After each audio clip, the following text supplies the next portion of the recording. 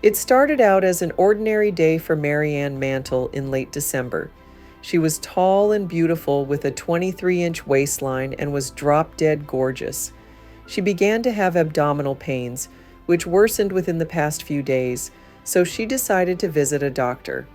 Marianne was a struggling 21-year-old college student at a university who didn't have the money for medical bills, but she was determined to make something out of life. Besides, she had an image to live up to, and that was being beautiful, and meeting Mr. Right to assist her with her high-maintenance lifestyle. After all, she had the type of body that could hook a wet fish on dry land. Marianne worked as a retail store manager while attending college part-time. This gave her hookups to all of the latest fashions. She dressed like a million-dollar woman without being one. Her pain had become unbearable, so she begins to Google search for a doctor near her campus. She came across a doctor named Leon Collins and thought about calling for an appointment. She took a break from class the following day to visit the doctor's office. "At last," she said to herself, "I can finally find out about the problems that have been annoying the hell out of me." As Marianne walks in, she takes in the scene with sudden anxiety and says to herself, "Well, this is going to be a shit show."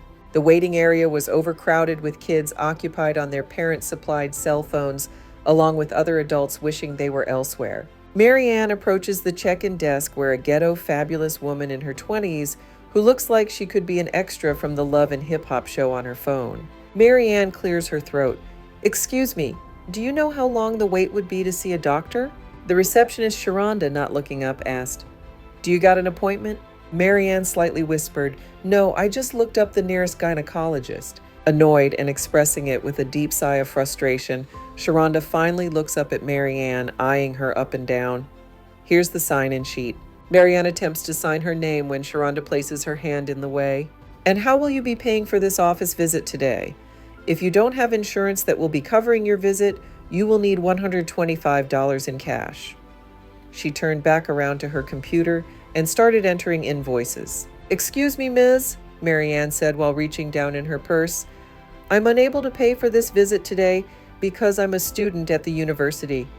Would you have the doctor see me and bill me later? I am really in a lot of pain here." The receptionist turned around in her swivel chair and said sarcastically, "This is not a charity clinic. We don't do handouts here, so you can go down the street where the free clinic is located." Everyone in the office began looking up at the front desk to see what was causing the commotion. Marianne, startled by her sarcasm, was about to get into an argument with the receptionist when suddenly a voice of Billy D. Williams and James Earl Jones combined was interrupted. Dr. Collins asked, "What seems to be the problem here?" As Marianne attempts to hold in her anger, she turned towards the handsome, slightly graying athletic male in his 50s, wearing a white coat draped over a tailored suit. Practically melting on the clinic floor, Marianne seems to have suddenly forgotten her pain as she takes in Dr. Collins' well-aged splendor. Equally smitten, Dr. Collins took one look at Marianne and was stunned by her beauty. Although married, he had a reputation for being involved with women half his age, young and beautiful. He introduced himself to Marianne as the doctor and asked her for the time of her scheduled appointment. Marianne looked at Sharonda, then and back at Dr. Collins, and said, "I believe it's stated on the sign-in sheet as 1 o'clock. "Great, I'll see you at 1. Sharonda looked up at Marianne and rolled her eyes. Suddenly, Nurse Susan, in a full scrubs outfit, comes from down the hall with a chart in hand, approaching Dr. Collins. He called out her name and she quickly responded, "Yes, doctor." Dr. Collins stretched out his hand as if he was introducing someone. "Put Miss..." waiting for Marianne to complete his sentence. Marianne cleared her throat. Marianne Mantle." He motioned to the nurse to put Ms. Mantle in a waiting room. Nurse Susan looked around as if she was puzzled and then said, "We only have one available room, and I was going to put a patient in there." Turning toward Susan, "Is Ms. Mantle not a patient?" he asked. Susan looked over at Marianne. "Of course, doctor," as she motioned for Marianne to take the gown she was holding. Sharonda chimed in, "But she hasn't filled out any paperwork." "That's a minor inconvenience we can take care of later. "Susan will show you the way to your room," said the doctor, before stepping away to take care of another patient. As Dr. Collins walks away, Nurse Susan's attitude changes. She motioned Marianne to go to room 3. "It's down the hall to the left."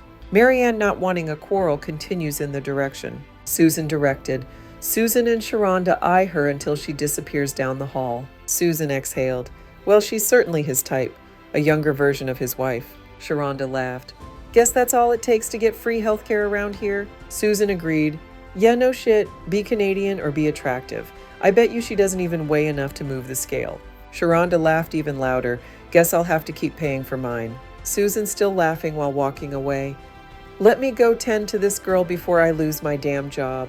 If you would like to read more, go to Amazon.com or BetrayMeNot.com to purchase the 3-book miniseries. This is a LCS production in association with Urban Bite Network.